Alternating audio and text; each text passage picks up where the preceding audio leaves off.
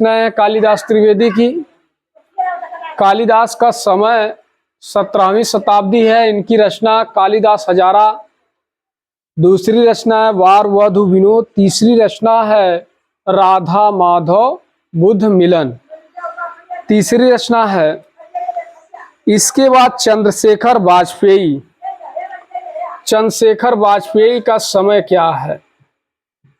चंद्रशेखर वाजपेयी का जन्म कब हुआ? तो चंद्रशेखर वाजपेयी का जन्म हुआ 1798 ईस्वी में हुआ। कब हुआ? 1798 ईस्वी में हुआ। इनका निधन 1885 में हुआ। निधन कब हुआ? 1885 ईस्वी में हुआ। इनकी रचनाएं कौन कौन सी हैं? तो इनकी रचना एक मिलती है हमीर हट। एक रचना क्या मिलती है? हमीर हट। तो पहली रचना है हमीर हट। दूसरी रचना है नक्सिक। दूसरी कौन सी रचना है? नक्सिक। एक रचना है हमीर हट, दूसरी है नक्सिक, तीसरी रचना है वृंदा शतक, वृंदावन शतक। तीसरी रचना है वृंदावन शतक। चौथी रचना है इनकी ताजक। एक रचना है ताजक और पांचवी रचना है गुरु पंचाशिका। गुरु पंचाशिका पांचवी रचना है। छठवीं रचना है माधवी बसंत। माधवी बसंत। तो कौन कौन सी रचना हमने देखा? चंद्रशेखर वाजपेयी का जन्म 1798 ईस्वी में, निधन 1885 ईस्वी में। इनकी रचनाएं एक है हमीर हट, नक्सिक, वृंदावन शतक, ताजक, गुरु पंचाशिका, माधवी बसंत। ये चंद्रशेखर वाजपेयी की रचना हो गई। हमीर हट, नक्सिक और वृंदावन शतक और माधवी बसंत, गुरु पंचाशिका, ताजक हमीर हट की रचना है। इनकी एक और रचना मिलती है हरिराम के नाम से। हरि नाम एक रचना है हरिनाम विलास। हरिनाम विलास मिलती है और एक रचना मिलती है रसिक गोविंद।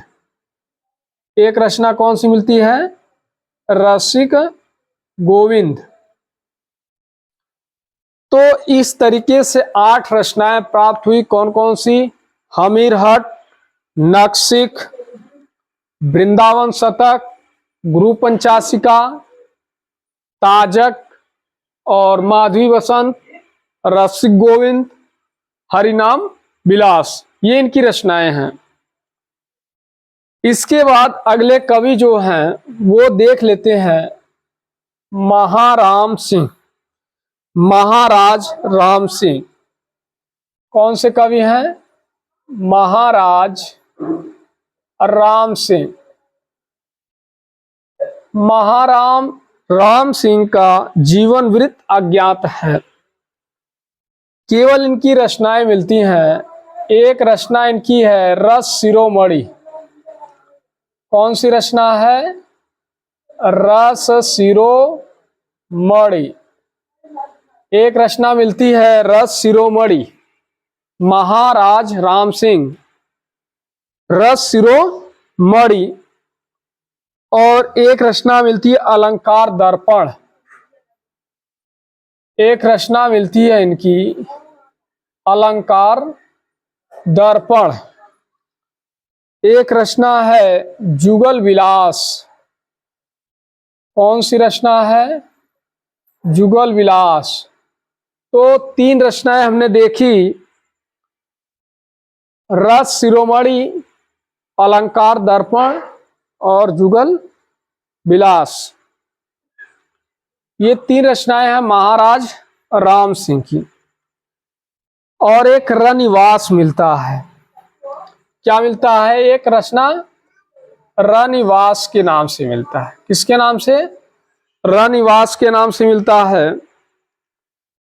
एक रचना इनकी मिलती है। अब देखिए, ये जो महाराजा राम सिंह है, अलंकार दर्पण लिखते हैं, रस शिरोमणि लिखते हैं, जुगल विलास लिखते हैं, रनिवास लिखते हैं। इन्होंने रस के आधार पे काव्य के 3 भेद किए हैं, परामुख, विमुख और अभिमुख। तो 3 भेद किए हैं काव्य के। किसके आधार पे? रस के आधार पे। अभिमुख, विमुख, परामुख। तो इस तरीके से हमने देखा कालिदास हजारा। कालिदास हजारा का समय मिलता है 17वीं शताब्दी। इनकी रचना है कालिदास हजारा, वार वध विनोद और राधा माधव बुध मिलन। चंद्रशेखर वाजपेयी की रचना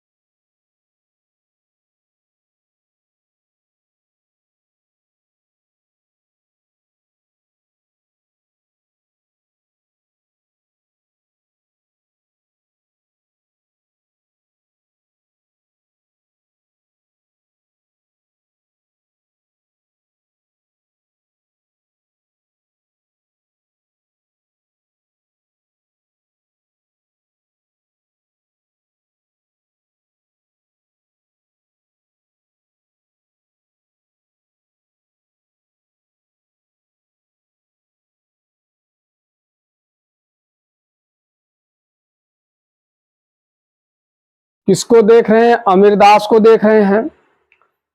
पहले तो ये देख लेते हैं इनका जन्म कब हुआ। इनका जन्म हुआ 1783 ईस्वी में। निधन कब हुआ?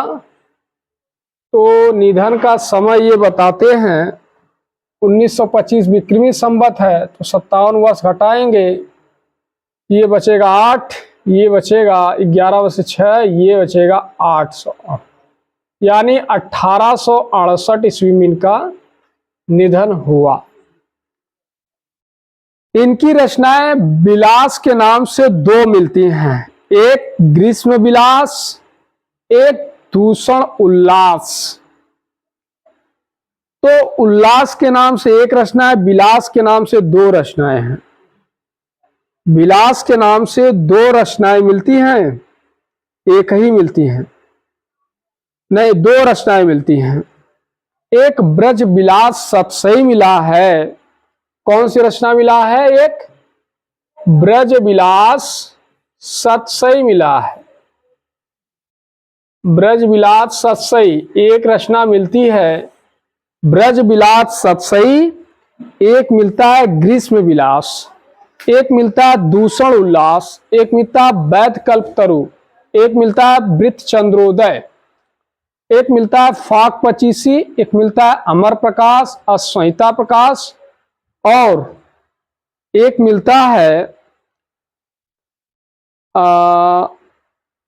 शेर सिंह प्रकाश, और एक फाक पचीसी। तो इन्होंने यानी जो हम ब्रज विलास सतसई की बात कर रहे हैं, इन्होंने विक्रमी संवत 1889 में लिखा है, यानी 1889 विक्रमी संवत 1889 में ब्रज विलास सतसई की ये रचना करते हैं। इनकी पहली रचना जो मानी जाती है सभा मंडन, जिनके बारे में कोई जानकारी नहीं है कि ये कब लिखा गया, लेकिन पहली रचना सभा मंडन है। दूसरी रचना है वृत्त चंद्रोदय। अब वृत्त चंद्रोदय मिलता है विक्रमी संवत 1887 में। कब मिलता है? विक्रमी संवत 1887 मिलता है। ब्रज विलास सतसई 1889 में, और फाक पचीसी 1897 मिला है, विक्रमी संवत 1897 में। तो सभा मंडन हो गया, वृत्त चंद्रोदय हो गया, फाक पचीसी हो गया, ब्रज विलास सतसई हो गया, अमर प्रकाश हो गया, शेर सिंह प्रकाश हो गया, और संहिता प्रकाश हो गया, फाक पचीसी हो गया, दूषण उल्लास हो गया, और वैध कल्पतरु हो गया। तो ये रचनाएं किसकी हैं? अमीरदास की है। जो हम बता रहे हैं कि अमर प्रकाश जो है, वो अमर प्रकाश कब है? विक्रमी संवत 1906 में बताया गया है, यानी विक्रमी संवत 1906 में ये रचना कर डालते हैं अमर प्रकाश की। किसकी? अमर प्रकाश की रचना कर डाले। कौन? अमीरदास। अब ये फाक पचीसी कब लिखे हैं? तो फाक पचीसी इन्होंने विक्रमी संवत 1897 में लिखा है। 1897 में क्या लिखा है? फाक पचीसी लिखा है। शेर सिंह प्रकाश भी 1897 में लिखते हैं। विक्रमी संवत 1897 में 2 रचना है, फाक पचीसी और ग्रीष्म शेर सिंह प्रकाश। 1902 में ग्रीष्म विलास लिखते हैं भगवत रत्नाकर। विक्रमी संवत 1900 ईस्वी में क्या लिखे हैं? भगवत रत्नाकर। क्या लिखे हैं? भगवत रत्नाकर इनकी रचना मिलती है। तो इनकी रचनाओं को हमने देख लिया।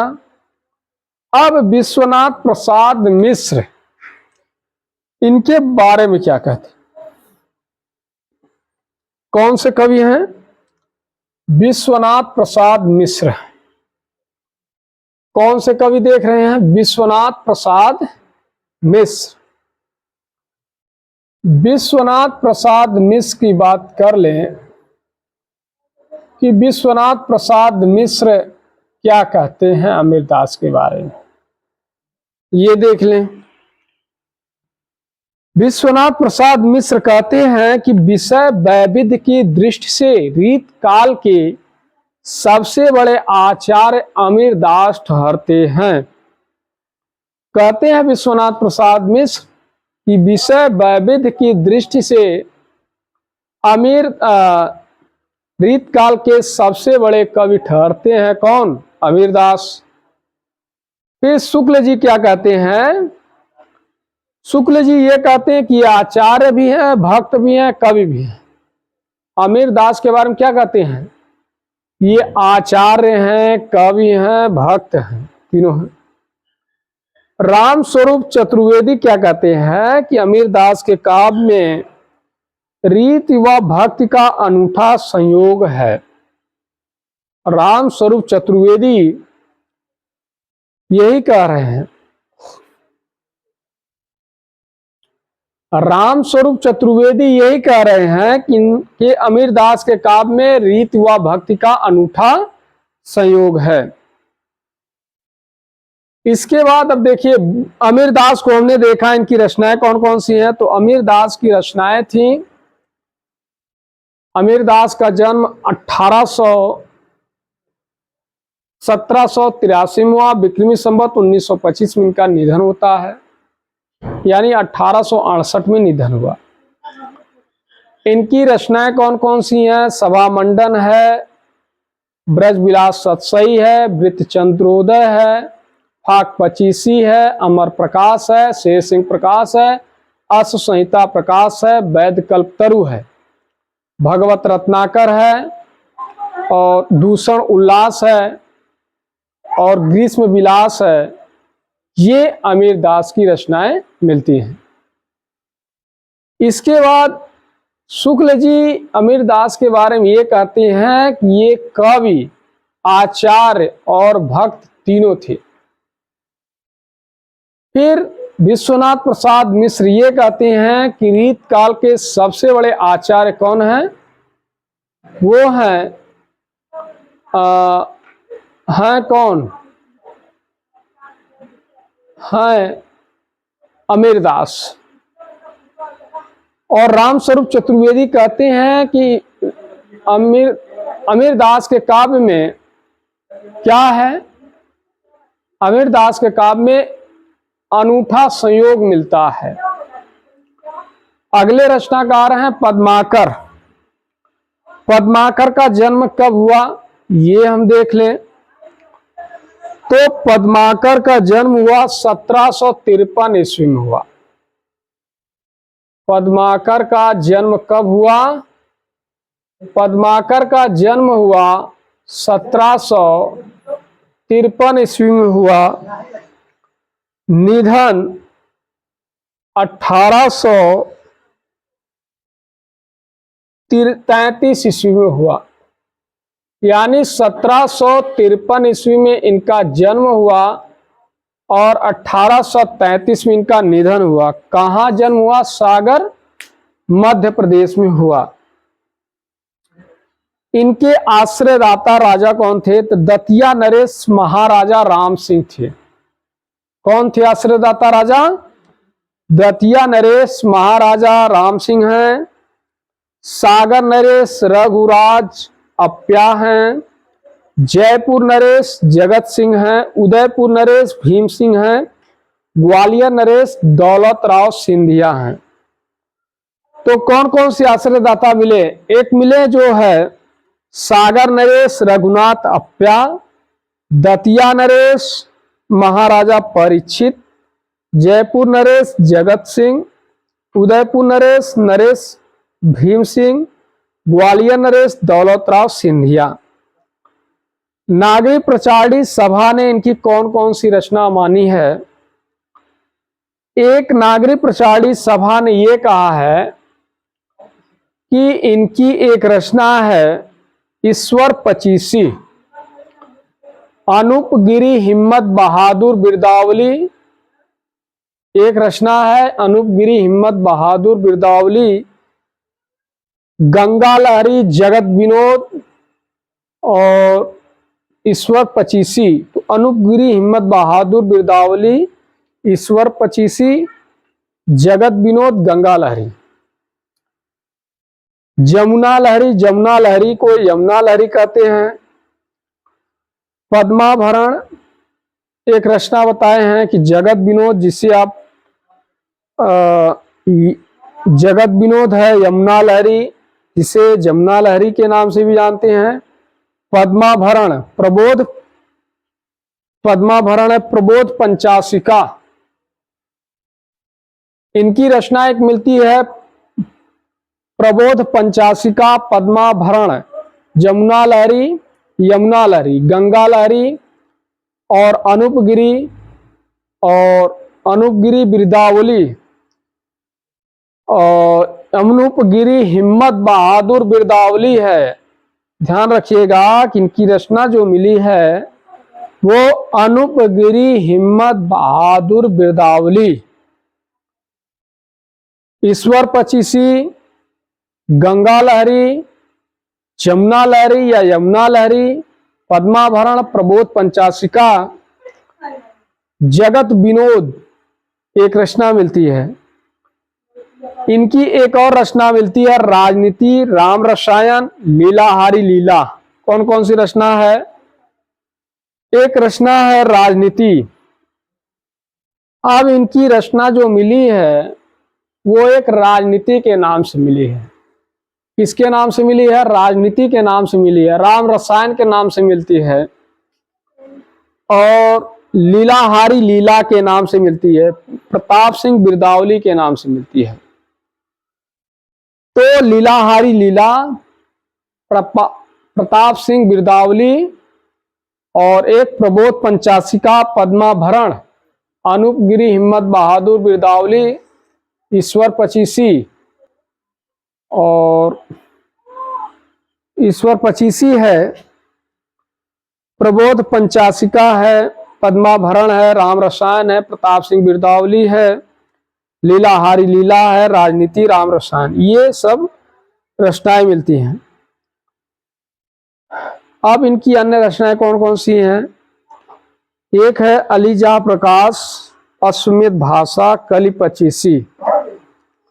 जैसे इनकी एक रचना मिली है ईश्वर पचीसी, उसी तरीके से एक रचना है इनकी कली पचीसी, हितोपदेश का अनुवाद।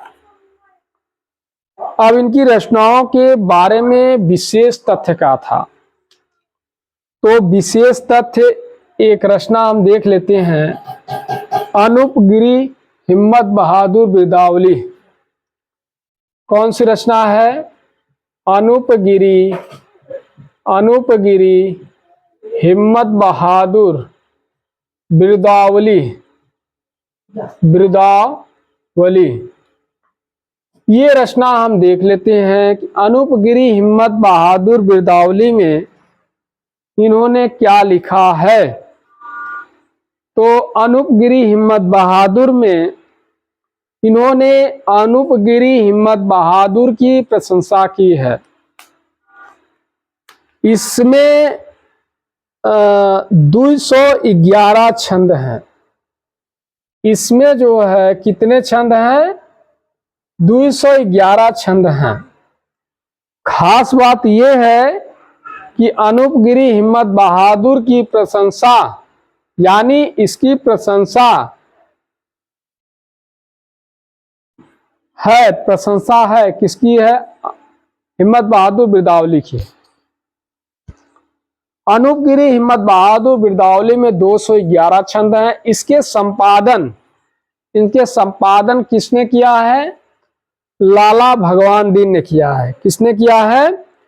लाला भगवान दीन ने अनूपगिरी हिम्मत बहादुर बिरदावली का संपादन किए और कहां से प्रकाशित करवाया? नागरी प्रचारणी सभा काशी से प्रकाशित करवाते हैं। कौन? लाला भगवान दीन।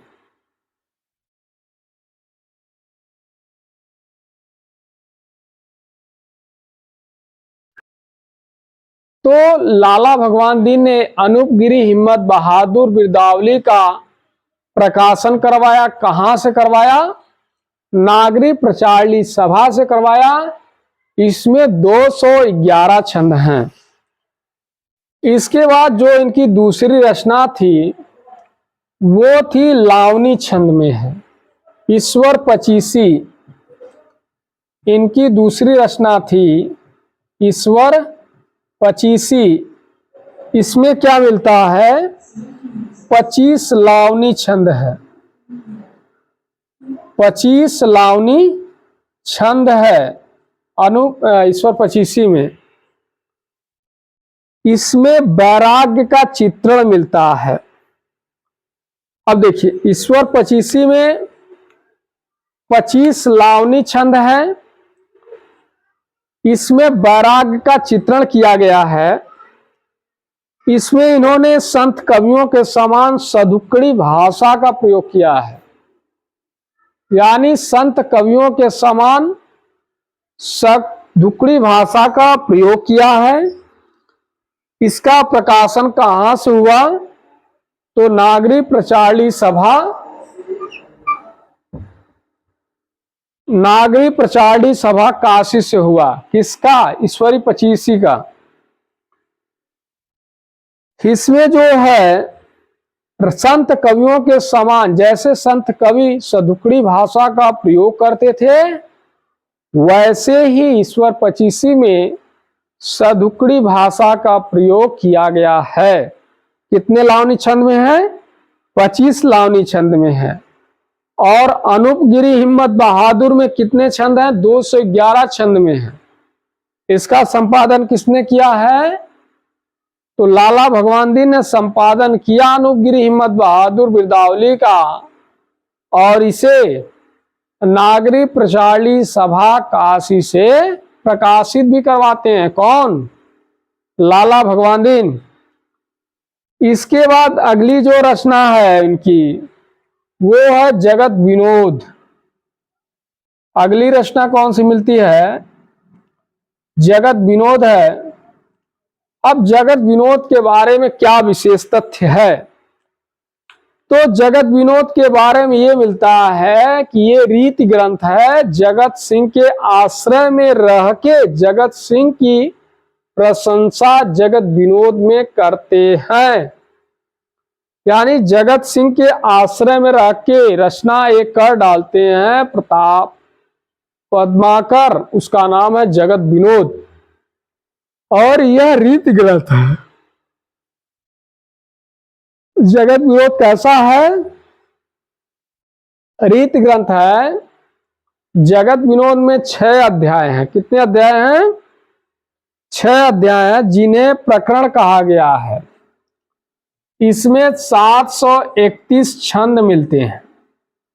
कितने छंद मिलते हैं? 731 छंद मिलते हैं। नायिका भेद व नौ रसों की विवेचना किसमें की गई है? जगत विनोद में की गई है। इनकी एक रचना मिलती है यमुना लहरी। इनकी एक रचना क्या मिलती है? यमुना लहरी। यमुना लहरी में क्या है? यमुना लहरी में यह है कि यमुना की स्तुति है, और यमुना लहरी में 34 छंद हैं। इसके बाद पद्माभरण एक रचना मिलती है, चौथी रचना है पद्माभरण। तो एक रचना है पद्माभरण है। पद्माभरण यह अलंकार ग्रंथ है। यह पद्माभरण में 108 अलंकारों की विवेचना की गई है। इसका प्रकाशन कहाँ से होता है? तो भारत जीवन प्रेस बनारस से इसका प्रकाशन हुआ है। 108 अलंकारों की विवेचना की गई इसमें पद्माभरण में। इसके बाद अगली रचना है राम रसायन। अगली रचना हम देख लेते हैं, राम रसायन है। अब यह राम रसायन की रचना पद्माकर जी करते हैं तो वाल्मीकि रामायण के आधार पे करते हैं। इसका संपादन यानी राम रसायन का संपादन मालचंद्र तेलंग ने किया है। इसके बाद अगली रचना मिलती है प्रताप सिंह बिरदावली। प्रताप सिंह बिरदावली। प्रताप सिंह बिरदावली में क्या है? यह प्रताप सिंह की प्रशंसा में रचित है। तो प्रताप सिंह बिरदावली किसकी प्रशंसा में रचित है? प्रताप सिंह की प्रशंसा में रचित है। कुल छंद 211 हैं। प्रताप सिंह बिरदावली में कितने छंद हैं? 117 छंद हैं, यानी 111 तो इसमें थे, अनूप गिरी हिम्मत बहादुर में 211 थे। 117 छंद किसमें है? प्रताप सिंह बिरदावली में है। किसमें है? प्रताप सिंह बिरदावली में है। इसका संपादन किसने करवाया? टीकम सिंह तोमर ने। इसका अनुवाद करते हैं कब? 1957 में। अब शुक्ल जी पद्माकर के बारे में क्या कहते हैं कि पद्माकर लक्षण ग्रंथ लिखने वाले अंतिम कवि हैं। शुक्ल जी यही कहते हैं कि पद्माकर जी लक्षण ग्रंथ लिखने वाले अंतिम कवि हैं। कौन से कवि हैं? अंतिम कवि हैं।